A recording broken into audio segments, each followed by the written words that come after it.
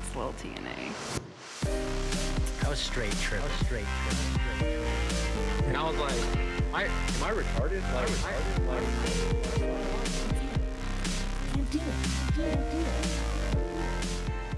All right. And welcome back to the TNA podcast. My name is Tyler. This is Ashley. We're your hosts.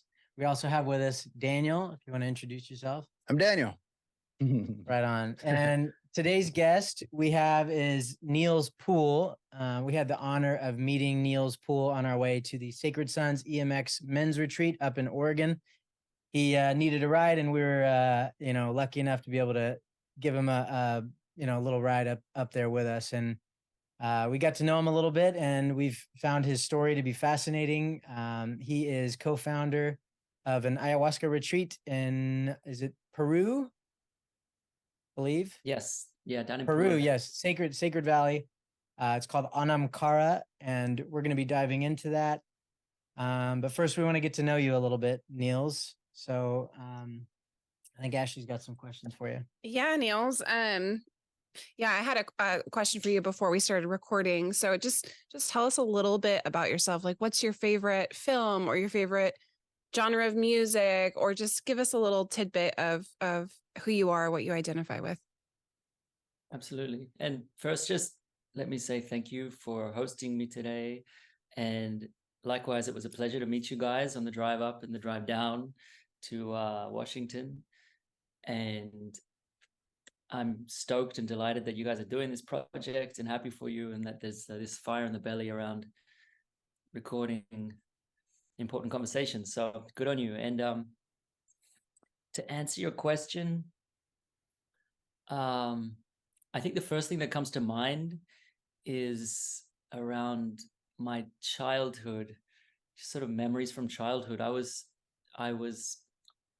born in Australia, and my mum is Swedish, and so while I was growing up, I lived in Australia, I lived in Sweden, and then I came back to Australia. And there's just a lot of memories in a lot of different places that I lived in of being really lucky, and that I could really go and explore in nature as a kid. So that was sort of in the desert, in these mining towns where I lived, where we were with my dad before we went to Sweden. And then that was in the south of Sweden, in this village where my grandmother lives, where I lived with her.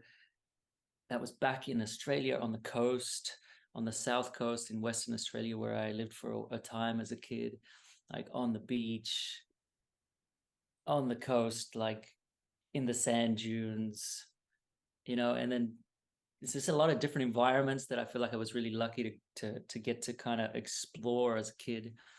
And I think that really shaped me a lot. There's a lot to that, it kind of shaped who I am in many different ways. There was a lot of moving around as a kid. But there was also these really beautiful aspects of it where from an early age, I got to kind of touch a lot of things. And I'm always kind of grateful for that. So I don't know, I hope that answers your question a little bit. Definitely. We like that. Yeah, definitely. I mean, that really sets us up for your life presently. Definitely. It totally does. We so curiosity, Niels, do you have a favorite movie? First one that comes to mind? Okay. It's a little cheesy, but the first one that comes to mind is Legends of the Falls. I don't know if you know it from the it's like from the 90s, I guess. But I remember. What was the brief synopsis on that? Man. I watched it once, but I just cried the whole time. Like, everybody dies. It's an Brad Pitt. film. That's right. Yeah. Brad Pitt. It's been so long. What is he, like a rancher or something? It's like this epic timepiece where, it's just really human family dynamics, and there's the war involved, and the brotherhood of the three brothers, and then like these forbidden loves, and then Brad Pitt was this mad adventurer who had this wild spirit in him. And there's that, through him they weave the part of, he had this deep connection with the land and with the indigenous people, because there was a Native American guy on the farm who he really connected with and learned a lot from. And then he went like exploring on ships and was in Africa and whatever. It was just like this epic. And then of course there's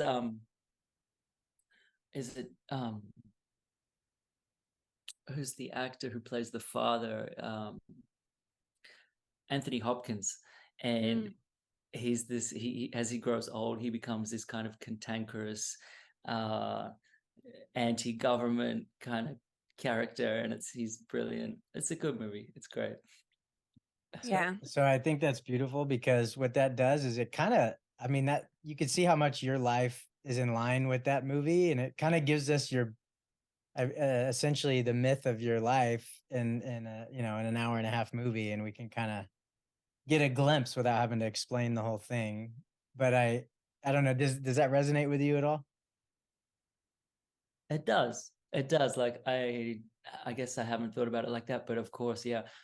That movie always really sat with me um as a kid, and whenever people ask me this question, I'm always sort of slightly embarrassed that this is the answer that always comes back. But yeah, there's a lot of themes woven into that movie that are deeply connected to who I have become, who I am, you know, and how my life has unfolded, for sure. Beautiful. Definitely. Well, my brother Daniel here, you and, you know, we got to get to know you a little bit, and you did talk a lot about your nomadic lifestyle. And so we kind of wanted to flesh that out a little bit. So you were, you know, you were born in Australia, and then I think you had said something about your later years when you ended up kind of making a big move to, where was it, the States, and then can you kind of fill in and get us up to now, where you've been and where you are now? Sure. Um, yeah, I think a long story to kind of encapsulate it is, I think throughout a lot of my adolescence, growing up and being a young adult in Australia, I felt something was missing on some level. There was some texture to life that I didn't know what it was, but I knew it was not there. And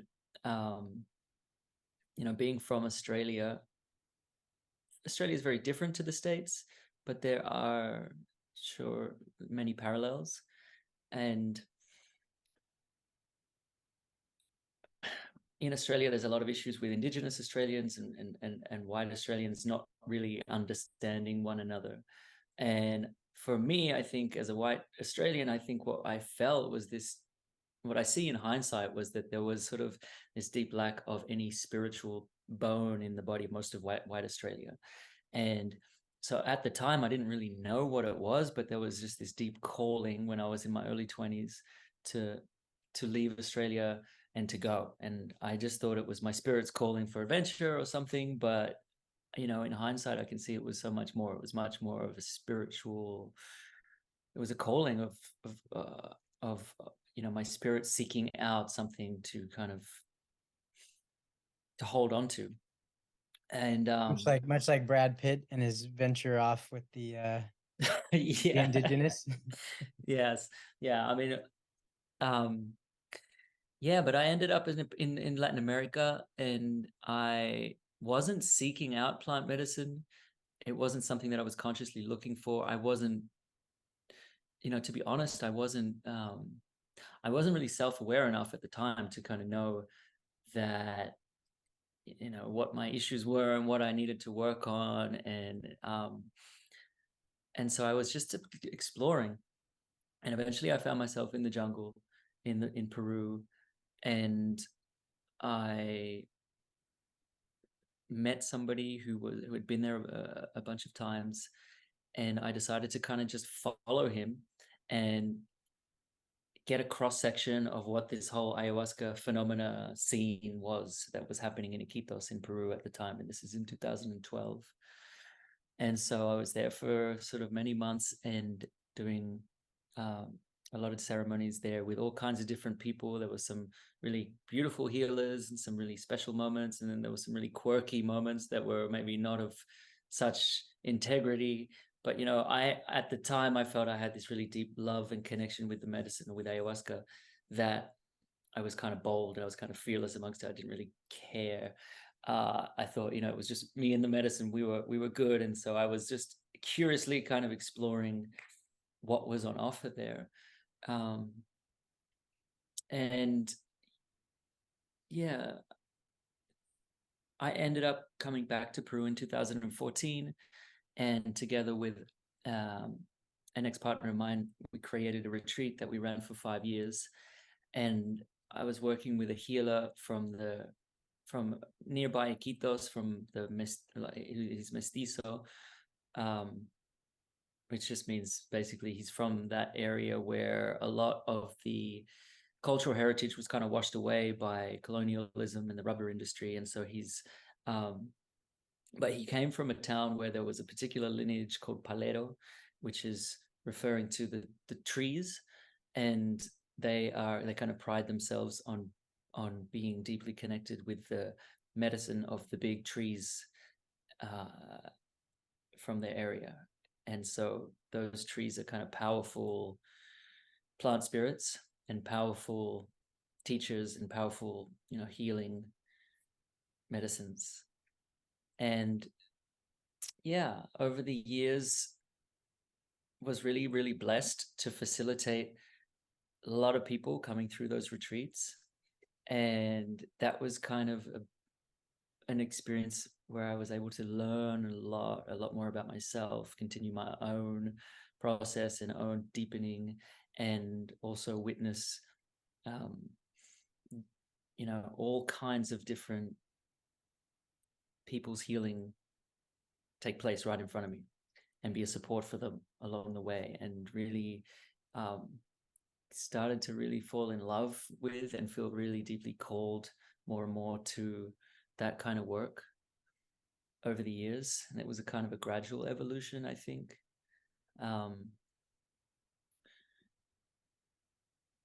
And yeah, there's so many little sub stories involved in there. But yeah, eventually I took a pause from the medicine and took a break for a couple of years. And it wasn't until 2020 I went to Costa Rica and I worked at a medicine center there. And that was kind of my coming back to that realm of spiritual and energetic work and holding space for people in their journeys. And it was in a center that's really prominent, that has a lot of volume. And it was, many things. It was a beautiful experience to kind of be in service again and be amongst the medicine again with a few beautiful healers. And it was also, a great experience to kind of deepen into what my knowing of what it is that I really want to provide, where I felt like there was things lacking, and where I felt like there was just more support that could be afforded to people in this powerful experience. And so in the last couple of years, my current partner and I have been organizing and facilitating and hosting retreats in Peru again. And we're currently in the process of finding a space to sort of relocate and do our retreats here in Costa Rica. And so that's where I am right now. And yeah, when it comes to being nomadic, it just seems to be my dharma, like I just have to kind of accept that. As like I was explaining about my childhood, moving around a lot, it's a double-edged sword. There's so many beautiful things that come with that. There's a lot of like deep learning about cultures and different places and different land energies, and so many gifts. And also there's elements to it that are maybe more challenging to accept, where there's isolation, and there's there's a shortness in relationships that yeah, that sometimes leaves me wanting, like, you know, a deeper sense of community and lasting community. And so I think where I'm at right now in my life is to really kind of create that for myself. And so simplifying life, setting down some roots in a place that I find to be really beautiful and supportive, and also have it be the same place that I do my work, with this project, with our retreats, is kind of the plan. Beautiful. Yeah. We can kind of identify with that a little. Definitely. Yeah, this era of our lives, it's very much around community and establishing roots. Definitely. Yeah. I mean, yeah, it's everything. Are you guys both from San Jose? Central That's where you're from? California. Yeah. Yeah. Yeah. Yeah. I mean, kind of born and raised here in the Central Valley in California. And it's a great opportunity to heal many people, because we're a bit it's a bit stagnant here. You know, we need community. We need lively spiritual energy to be kind of, you know, grow through the sidewalk cracks. You know what I mean? We've got a lot of tough cement going on around here. Yeah. Yeah, it's definitely a concrete jungle, emotionally, spiritually, physically. Yeah, so it needs it. Totally. Definitely. And all the more reason for things, you know, these kind of endeavors that you guys are doing. It's awesome. And that's you know, that's it's an important part of integration for everybody, right? Like whether it's if you've been to a plant medicine experience or not, or whether, you know, creating community and seeking out, making the effort to find community and establish supportive networks. It's something that we need. Like we're social beings, and we're not supposed to do it alone. And that's something that, you know, for me as well, in a very different circumstance, but still just recognizing that and sort of, you know, saying, okay, well, this is an area of my life that needs to definitely be cultivated more, you know. And again, for me, it's my dharma in this interesting way, you know, of the edge point where, you know, with that tendency to kind of like, you know, very easily kind of uproot and move to the next place. It's the more challenging thing for me to kind of establish myself and stay put and really deepen my roots. So it's fascinating. It's good. Yeah. Yeah. Yeah, I can agree that you know, the work that you're doing is work, and it's medicine, and it is needed. But you know, doing that can only kind of get you so far. You can only do it by yourself for so long until like eventually. Well, this is my experience, right? Like I did a lot of work with plant medicine as well, but it came to a point where I knew as well that I needed community, and so I really do feel like while plant medicine is that, it is medicine, community is also medicine, and it's needed as well. Yeah. Definitely agree with that. Yeah. Yeah. So, you know, what for you personally, you know, I'm sure that you've seen some beautiful things happen with the people that you're serving. I don't know if you like that term. Some people don't like that term, serving medicine, or supporting people around medicine. But what has ayahuasca done for you personally? Yeah. I'll just start by saying I don't serve medicine myself. I'm lucky, having lived in Peru for, you know, more than a decade, to have some beautiful relationships with really, really talented healers from the jungle. And so at the moment I work with, and for the last 5 years, with Shipibo healers, which is a ethnic group from the Pucallpa area, a river called the Ucayali. And they are kind of known to be a culture whose identity is deeply kind of interwoven with ayahuasca and plant medicine and their own brand of that sort of, you know, that technology. And but for myself, there's I've got many stories around where the medicine has illuminated things, healed things. I think probably for me, the most transformative experiences have been having a real kind of experiential first-hand experience of connecting deeply with earth energies, whether it's sort of just Mother Earth, Pachamama, or whether it's some kind of specific, plant or mountain. And Truly. sorry. Sorry, I'm choking over here. Okay. So He needs to connect with Pachamama. That's what it is. It's a sign from the universe. You're right. You okay over there, Daniel? I'll be all right. He's purging. Yeah.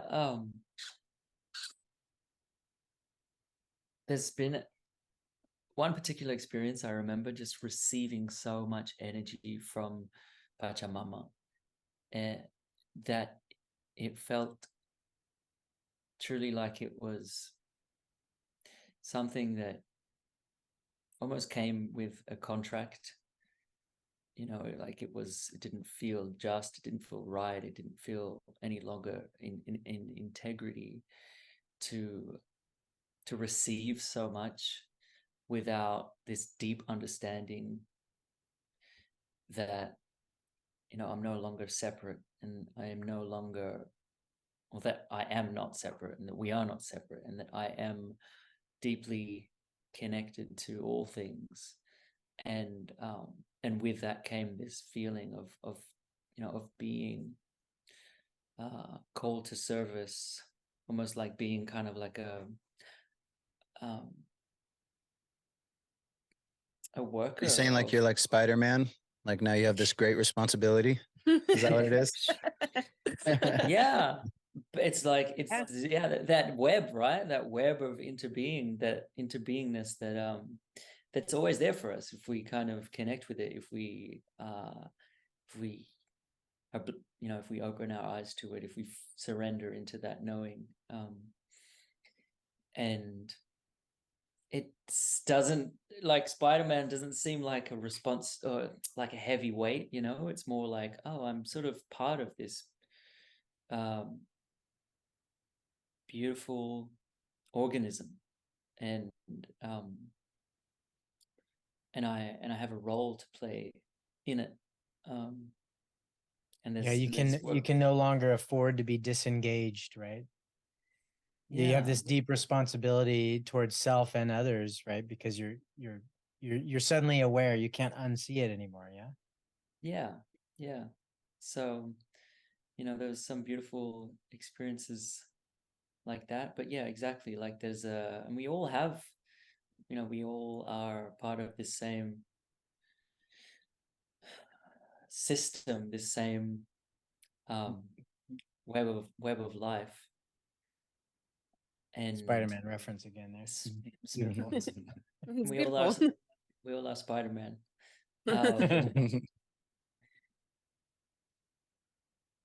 Some other experiences were sort of, on a personal, on a more kind of intimate level,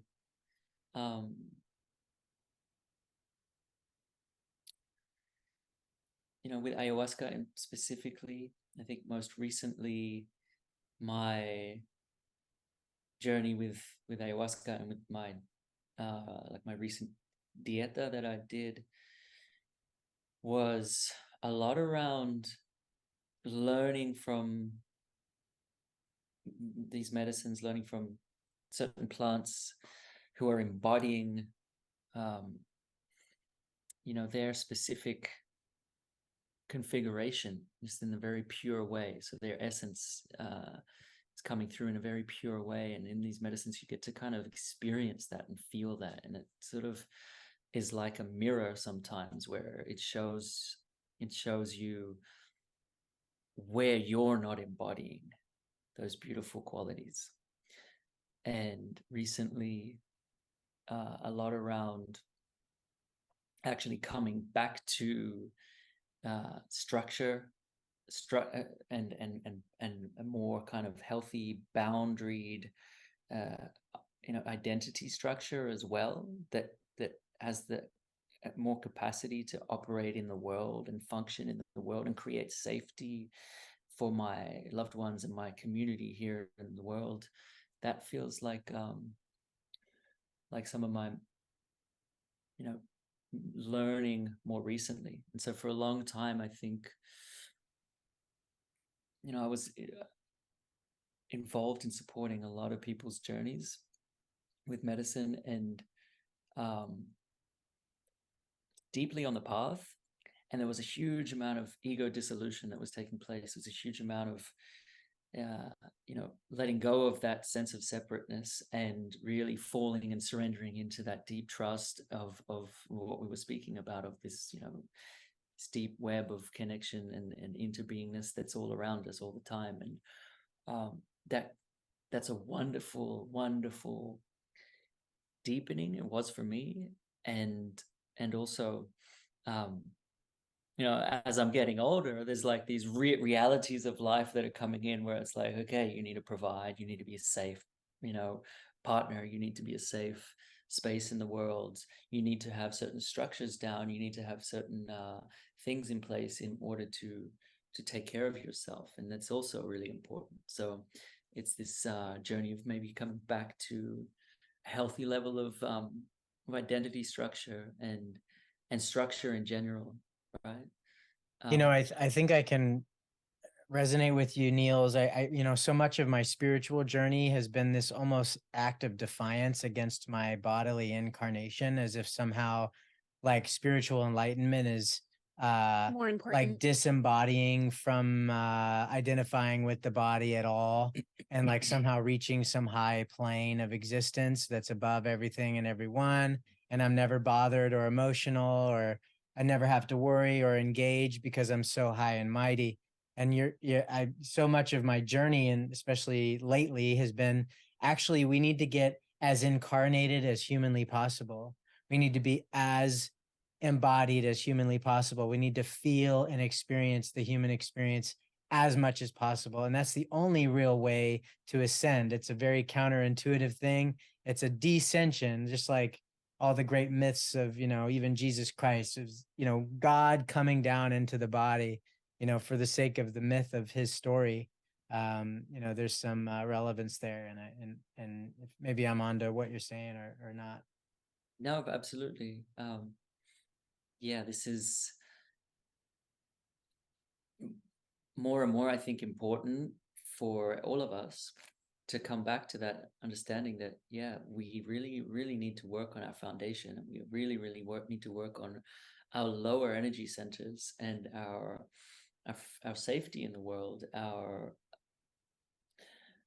once we create that foundation, once the base is strong, everything else will kind of fall into place. And running from peak experience to peak experience and running from, cloud to cloud is not always actually in our best interest in the long run. It might feel really wonderful, and we might feel, wow, I'm so special. Like, look at what I'm able to access. Isn't that wonderful? But when things become challenging, whether it's in our circumstances in life or whether it's in our relationships, it's when the rubber kind of meets the road often, and our relationships tend to teach us and show us and highlight where there are still old programs and where there are still some core beliefs that may still not be fully integrated and fully healed, and we still may not have found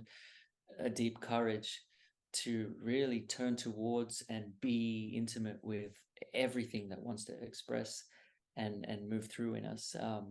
And yeah, it's a thing that happens in a lot of spiritual circles, I think, is kind of this tendency to want to stay always moving towards light, moving towards what feels good, moving towards more heart opening, moving towards cracking the crown open more, moving towards, more visionary, third eye opening, and all of that's beautiful.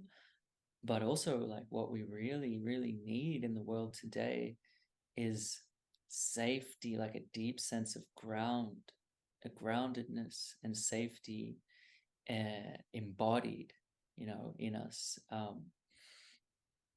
so that we can really hold space for ourselves in a better way, and hold space for our loved ones and all of our relationships in better ways. Yeah, my question would be is how many, I mean, do you see this very prevalent even in the ayahuasca circles? People are coming to have this, high peak experience as you described. Is that a danger with this medicine and, with this modality? For sure. It's interesting, I've for the longest time kind of stayed in my little bubble. And that wasn't out of any kind of, necessarily any judgments or anything like that. It was more just I was just consumed by my little world of medicine. And but over the years, as there's this psychedelic renaissance happening, and there's more and more people being drawn to plant medicines, and it's kind of exploding. More and more I cross paths with people who are just simply drinking a lot of medicine, just drinking a lot of, and ayahuasca in particular is an extremely powerful medicine that really has like a huge propensity to sort of crack things open for us and really catalyze a lot of upheaval of our process and things that are deeply stored. And it can be highly ungrounding for people, especially when they're drinking really regularly. And so as people are drinking more and more all over the world and more frequently, I think it's a shame that I think it seems almost as if plant medicine is starting to get a little bit of a bad rap. But I think that's mostly because of a lack of understanding amongst those who are sort of partaking, that really less is more in so many ways. And a handful of potent experiences with plant medicine can leave us with enough to kind of chew on and enough to work through for months, years. And ideally what we're doing is we're bringing the lessons, we're bringing the wisdom, we're bringing the healing from our journey home with us. And we're there's many things that we want to kind of do to integrate. Really is like creating a lot of space and giving ourselves a lot of space to allow for the energetics of what's taken place in our field to really kind of land in the body and to unfold and unravel in its right way, which takes time, and this is why I'll always encourage people to kind of be really careful about coming to conclusions about what they think they have kind of experienced and done and completed in their journey or in their retreat,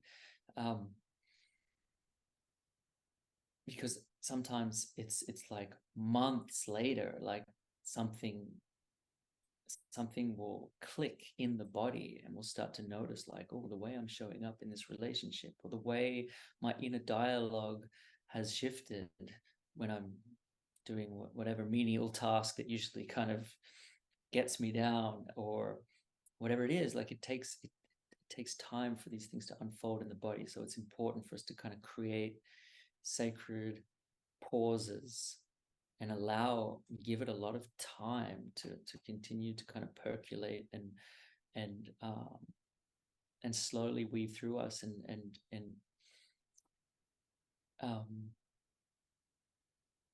so that's one aspect. And then the other aspect is like really making conscious efforts to create community, to seek out support, to make changes in our life, and also to have the courage to be with the parts of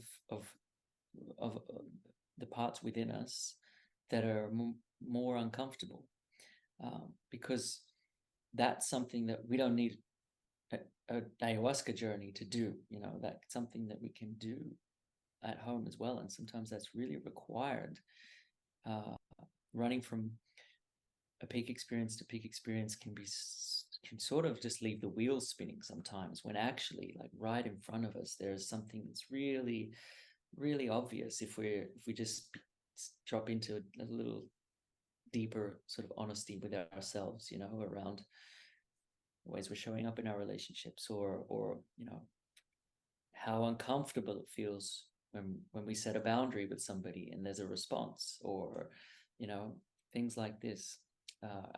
Each of us with our own core wounding, and so seeking support, finding community, and taking the time is super important. And I feel that the bad rap that plant medicine is gradually starting to get, kind of, it's a bit of a shame, because these are such beautiful medicines. I just think that the way that we approach it, the way that we go about it, needs to be sort of really looked at more and more.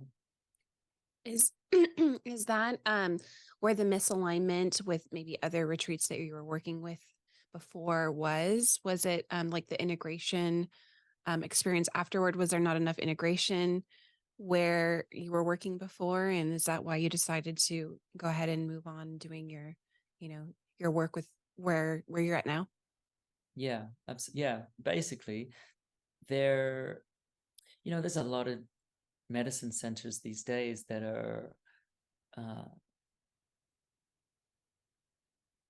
functioning with quite a high volume, and there's also this tendency for people to be very focused on the ceremony component, because the organizing and actually executing the proper support that's needed before and after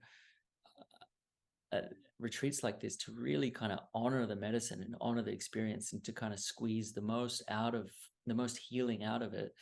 It takes a lot of time and takes a lot of energy, and it takes also some experience in holding space for people, and some skill in guiding people back to the truth that's deeply kind of in their body already, but that we sometimes get disconnected with. And so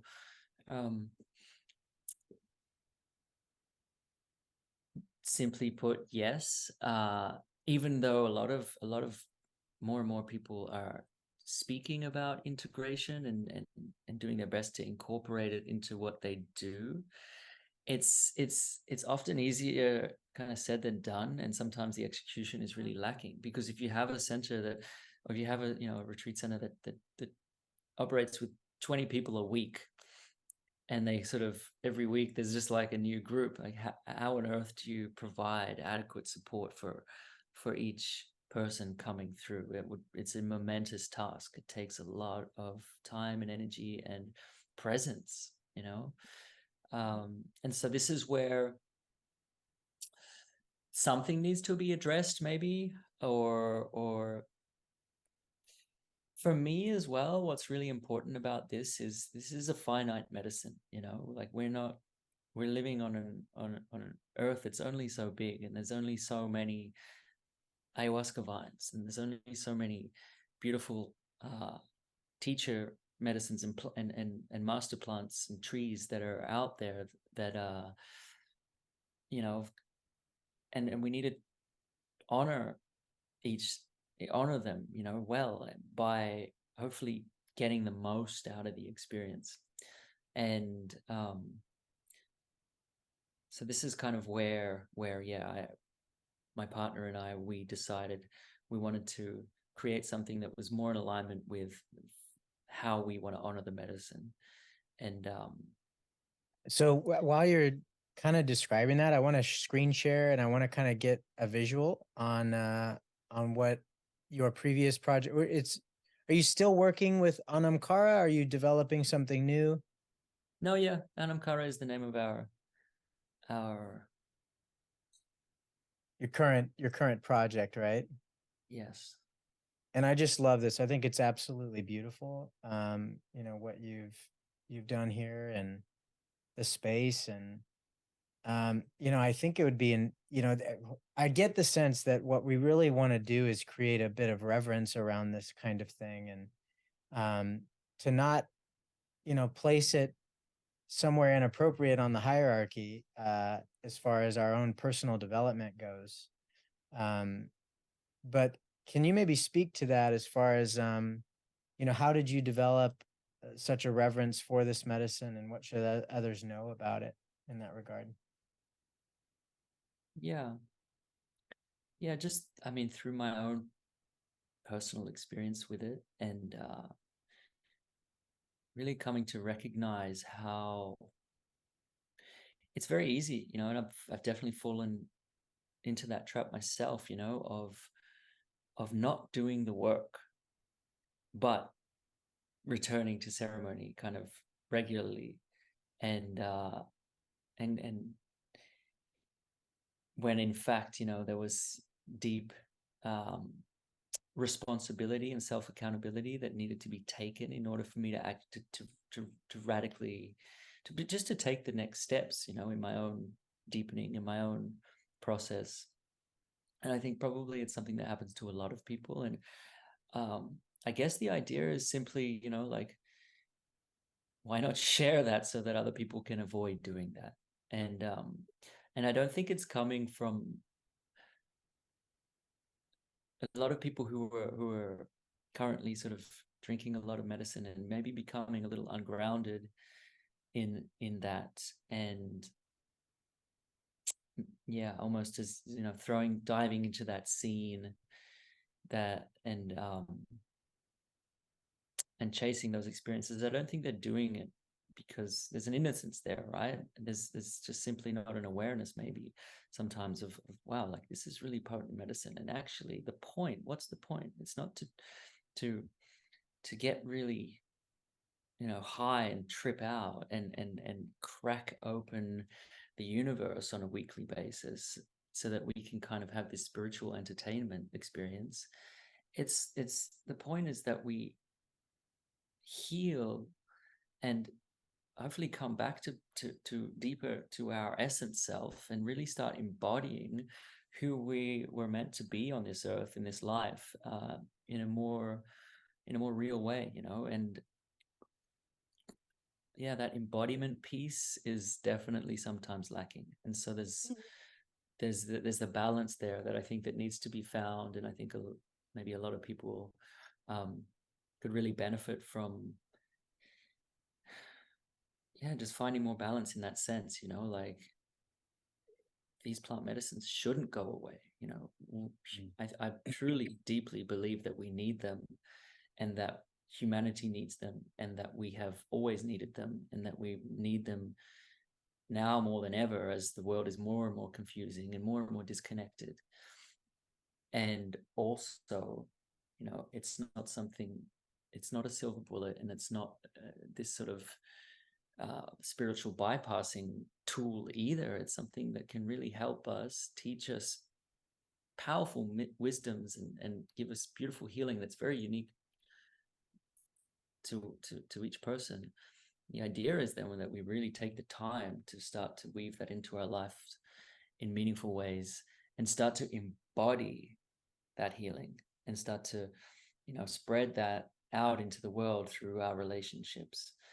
And so that looks very different for each person, and on the other hand, like, as humans, we're also similar. It's almost hilarious. It's one beautiful thing about this work is every time we have a group, and every time people sit and share about their deepest things, it's like I resonate with every single one. And I'm sure you guys have had that experience too, and so. Yeah, Niels, and I think I just wanted to chime in here. I think, what you're shining light on, it needs to be said. And so thank you for doing that, because that's kind of like what I fell into when I first found plant medicine. And the truth is I don't think that it's unique to plant medicine, rather, because really we see it in all of America, and really it's world spread now, where let's take anxiety medication, whereas instead of they use that as a tool, they use it as the answer, and so it was said once in a movie, I forget the movie, but I remember he was saying that we all thought LSD was going to save the world, and when truthfully it was deeper than that, and it was up to the people to take the responsibility into their own hands and stop leaving it in this medicine, something outside of themselves. And it really took the work, going in and integrating. Like you said, integration is everything. But so is like taking accountability for your own life, and stop trying to leave it up to the plant to fix everything. And then that spiritual bypass, what you said, is real important as well, because in my experience, I would have this, third eye, crown chakra break open and all these things. And then I came out of it thinking everything was solved. Everything was good. And it's just all love and good vibes only. And when the reality is that it took going deeper than that. And it's about, going through the nasty stuff, like you were saying, some of the uncomfortable stuff. So yeah, I resonate with all of what you're saying, and thank you for saying it. Yeah, man. Yeah, absolutely. Yeah. Your question. Yeah. Well, but my question to you is, Niels, what do you think is wrong with the world today?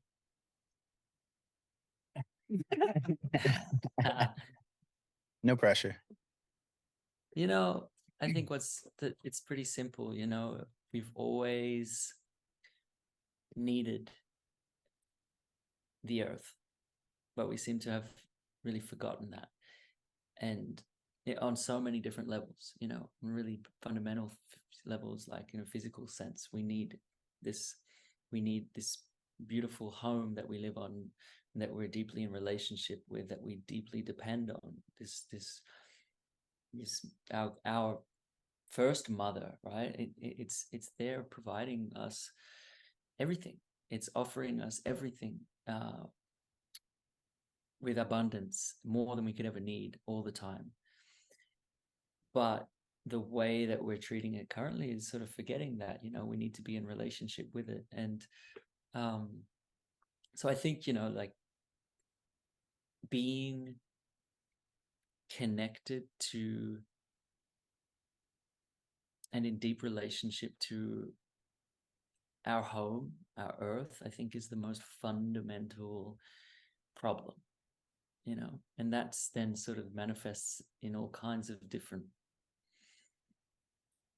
other ways, different problems along the way. But at a really core fundamental level, that is our issue. And in a spiritual sense, or in terms of well-being, or even just mental health, if you want to call it that, like you were speaking about, medicine, drugs, the pharmaceuticals, and this idea that people have that they are completely helpless, and that they need something outside of themselves to kind of come in and fix the problem. It's so deeply ingrained. But why is that? Because for the most part, so many people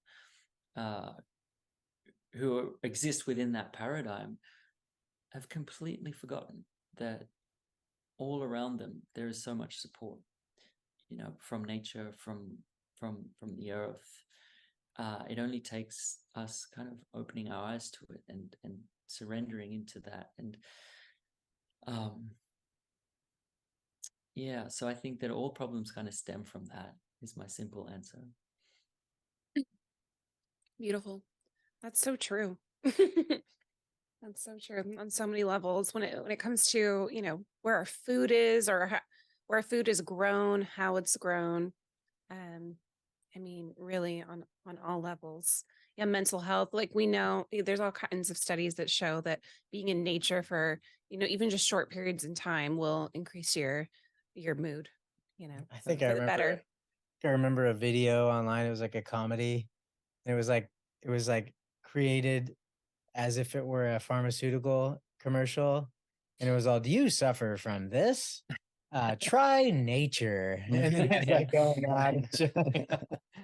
Yeah, it's good. Yeah, I mean, we have to remember that we're also stewards of this nature, of this beautiful home that we're lucky to be on, right? And we have a responsibility in the relationship to take care of it in a way that also benefits us. There's reciprocity in this, and so on a physical level, that means, taking care of what we have so that we're not taking too much, and so that we're not going to be, run out and on an energetic spiritual level, like the same, you know, as we make intentional, we cultivate connection through intentional moments with nature. We give something, and we open up these channels of reciprocity by just acknowledging that this beautiful thing is there in front of us, with us all the time, and we receive, you know. And so there's like a giving and taking. There's a reciprocity involved that we've forgotten so fundamentally, right? Mm-hmm. Beautiful. How does your work, Niels, within Anam Cara and what you're doing, and maybe outside of just that project, but how does your life and your work contribute to the solution? Well, you know, plant medicine and ayahuasca specifically, it's in our retreat, we work with Shipibo healers from this culture, this indigenous culture, this ethnic group that, because they were wily and clever, and maybe it was a result of their deep connection with the wisdom of nature, they managed to somehow kind of navigate the history of colonization and the history of the rubber boom in the jungle reasonably well, with their culture intact, with their identity intact. And so with that came their medicine, their ancestral healing modality and technology.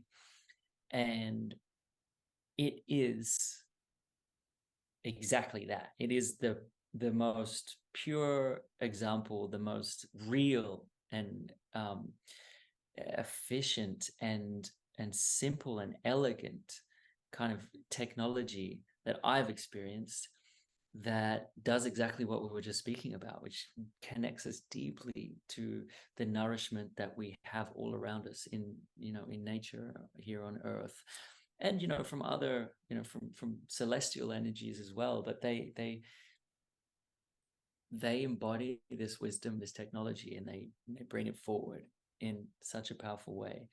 And and so when, you know, people from the Western or the modern world come and experience this, it's often completely paradigm shifting to sort of have a first hand experience of, oh my God, like that,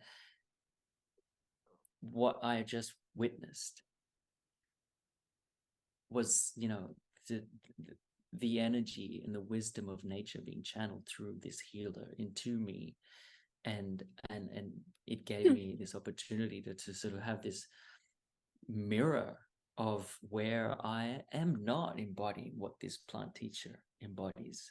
It healed things, put things back into alignment, and you know, and the possibilities are kind of endless, on a sort of more spiritual, energetic, you know, more spiritual, energetic kind of context, of what can happen for people. But I think, simply put, it really does, for many people, create this paradigm shifting experience, which changes everything. When the dream that people have been living for a lifetime, that they brought up, that they were told as children, that it's not like these people are stupid or wrong or bad. It's just simply what was, what they were conditioned into and what they were brought up into through their culture. And it really helps to like bring us back to this truth of there's so much more, you know, The mystery. And the mystery, but it's also so simple and elegant, you know. What these healers do is just to describe it quickly, is through the practice of the dieta, they go into isolation diets. They really minimize their sensory inputs, so they eat very bland food. They cut out salt. They don't interact with others. They're in isolation for extended periods of time, and they're drinking ayahuasca, which is, they consider it to be kind of like the motor. It's kind of what like connects them with all of the life in the jungle, all of the plants. You have to imagine in the Amazon, it's like what they have is plants. It's the jungle. And so that's what's most accessible to them. And so they really mastered this relationship and connected deeply with all of the plants and have, all of this spirit familiars, if you will, or spirit allies with them through this technology.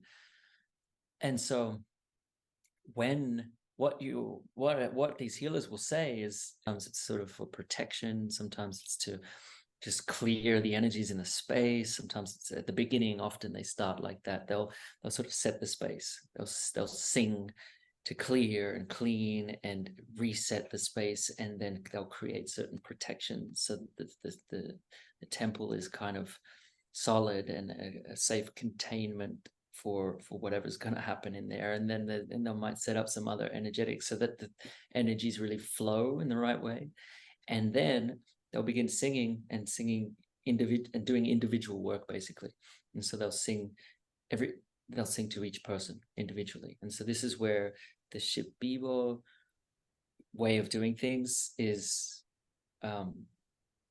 it's really special. In my, in these 10 years of working with plant medicine and working with different lineages, sometimes it's a lot more robust, but like this big communal kind of storm of an energy that's taking place, and everyone's kind of just, whoa, clearing's happening, but it's less individual and it's less specific and it's less measured.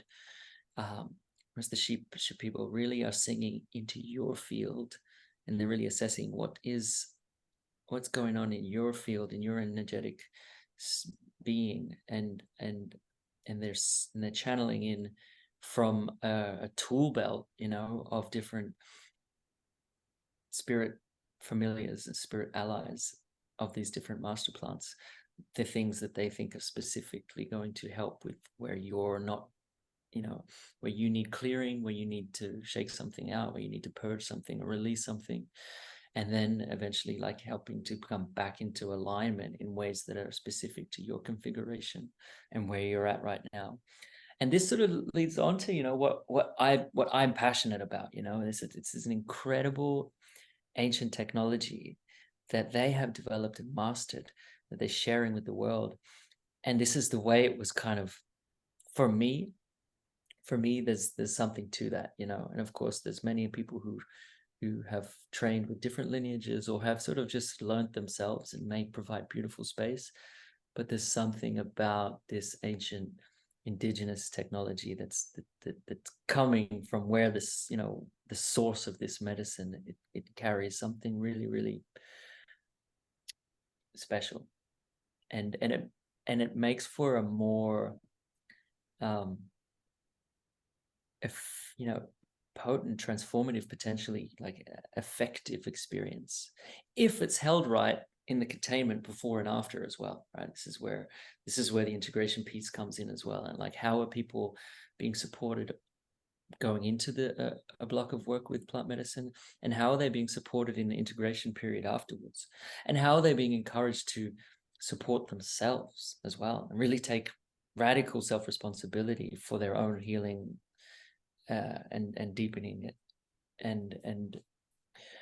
and life in general, right? Like because it's not that these plants are going to just fix it all for us. It's they might teach us some beautiful things and help us to clear and put us back into alignment. But the sad thing is that oftentimes people are walking back to a life that's very ingrained and maybe very, there's a huge contrast between that world of plant medicine and their experience down in Latin America versus their experience at home, which might be challenging to break and change and shift. And so there's sometimes, a lot of support that's needed in that process of also kind of letting go of things that no longer feel right, that no longer really feel like aligned with this, transformation that may have taken place. And support in that, needs to take time. It can sometimes be confusing. It can sometimes be life altering. Sometimes certain relationships feel like they need to fall away sometimes. and all of this requires a huge amount of support. And so this sort of just speaks to the gravity of this work. And so going to do it every weekend is in my mind only for the people who are really, really trained. Yeah, because your life will be in a perpetual upheaval. You know, Yeah, what I find also to be true is that some people go into these plant medicines with a certain outcome in mind. And when they don't get that outcome, that's when they do it again and again and again and again, trying to get said outcome. Who does it? Who does that? Just people. Just people, huh? Just people. I may be one of those people.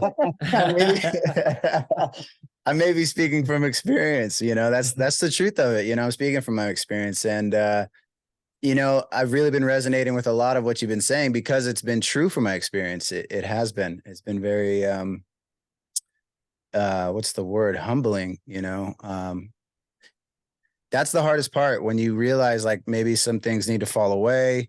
Rather, maybe what's comfortable is what you already know, and so you want what you already have and what you already know to kind of like, what's the word I'm looking for, to fall into alignment with you now, this new person that you identify as. And sometimes that's just not the case, and so then that's where your own work comes in. And that's why what you're saying is so true, that the work is so unique to each individual, because what's true for one person may not be for another. And yeah, it's sometimes we have a tendency to, it's challenging to be really, really, really brutally honest with ourselves. It's sometimes, we all have blind spots, and this is where support comes in. This is where really finding like the beautiful brotherhood experience that we had together in Washington at the Sacred Sons event, or whether it's like finding regular brotherhood like what you guys do at home, which is also beautiful, regular in-person meetings, finding the right coach or healer or guide that you can regularly work with. I think for men especially, we often have a tendency to kind of, I know this is true of me, to just like wait till everything's like really critical to kind of go and find help. The truth is, we need support, and we need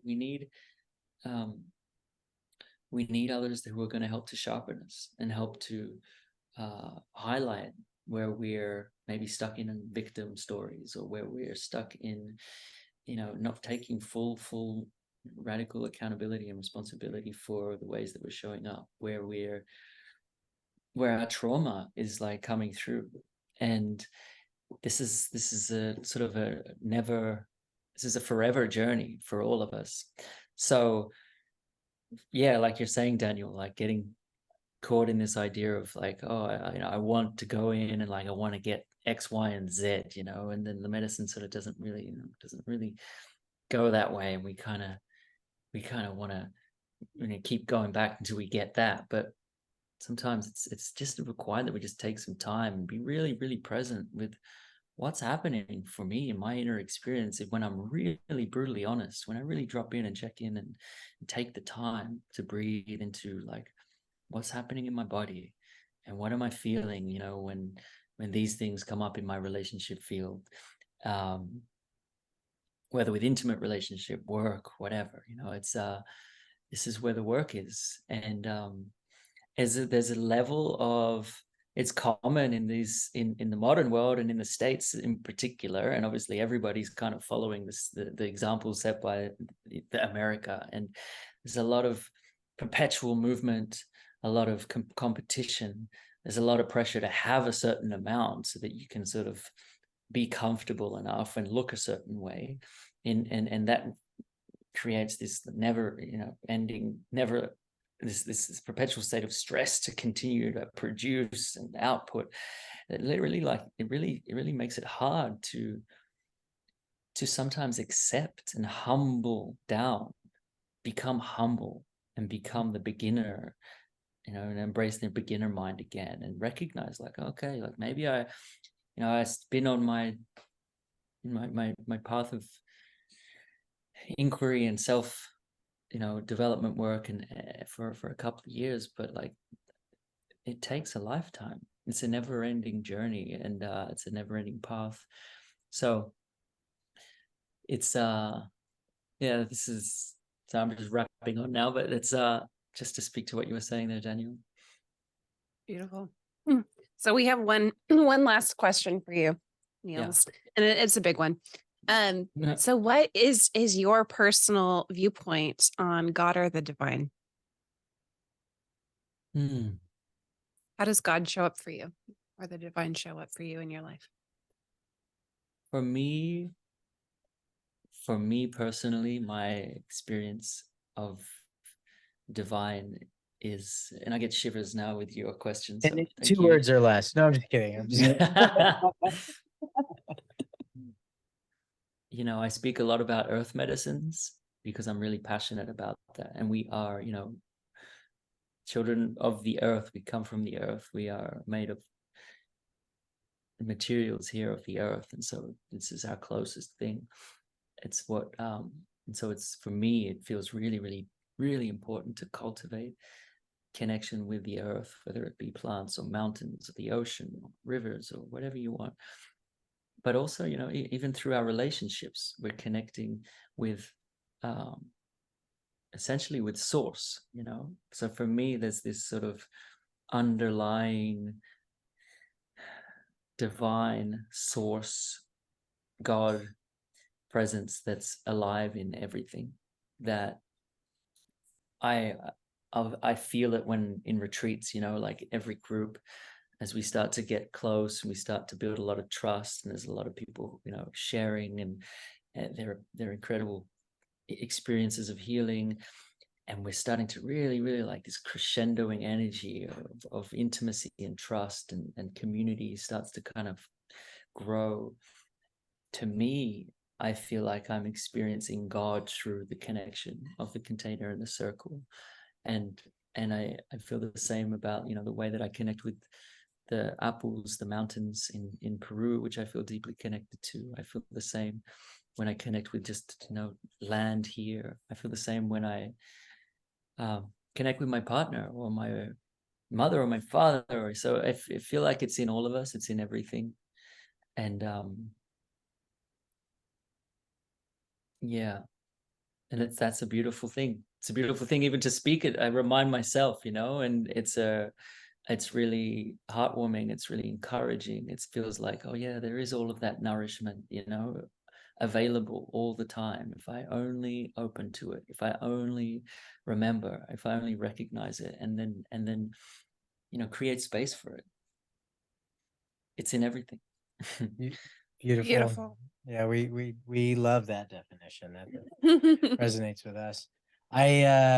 Niels, I'm gonna put some banners up below the screen. I know we talked about your website. It's Anam Cara Healing Retreats.com. Are there any other ways to get a hold of you, resources that you'd suggest, things that would help us to maybe connect?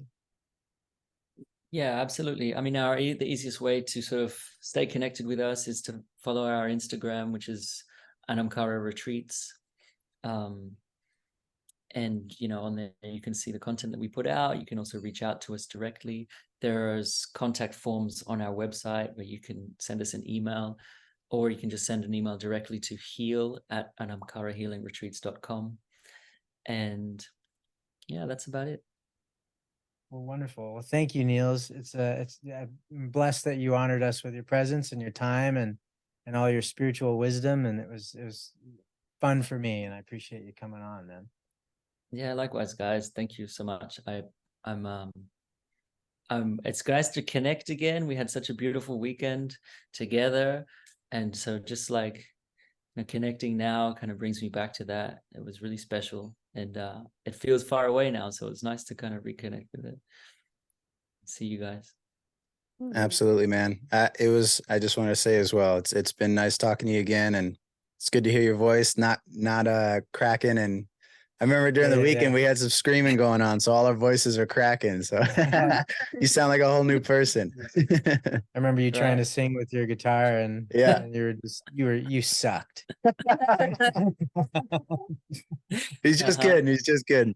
No, it was bad. Like I really It lost was. my voice. It It wasn't. felt It wasn't great. it was such a It's strange okay. experience. Like I couldn't like nobody knew what I sounded like the whole weekend, because right on day one in the morning in one of these, you know, practices of screaming and getting our rage out, I lost it completely. My voice was gone for the rest of the weekend. And I remember our facilitator Hunter saying, I'm not going to participate because I need to keep my voice so I can sing, you know, later in the weekend.